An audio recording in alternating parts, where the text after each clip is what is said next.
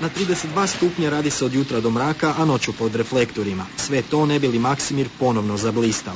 Evo, dobro, ima puno posla, a malo je vremena, a i sunce nam baš ne ide u prilog, jako je vruće. Tribine će dobiti ukupno 38.000 novih stolaca, teren 7.300 četvornih metara trave, više od 12 km drenažnih cijevi te kilometre cijevi za grijanje zimi. Brojke su to koje nikoga ne ostavljaju ravnodušnima.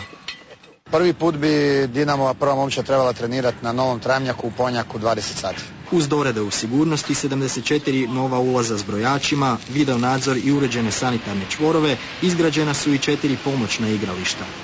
Drago mi je da Zagreb ima tako nešto i da ću ja sudjelovati u tome i gledati, nadam se, dobre utakmice i više dobrih utakmica. Ja se stvarno konačno nadam jednoj prekrasnoj Europi, jesenu i proljeći u Europi. Ovaj grad je i ovaj klub je to zaslužio. Sve se radi pod budnim okom Zdravka Mamića, koji ni sam ne zna koliko će za ovaj velebni projekt u konačnici izdvojiti. Teško je sada reći, zato jer nema dana da ne dodamo još barem 20 novih detalja, pa mislim da negdje do sada smo, da se može cifra kretati oko 10 milijuna eura.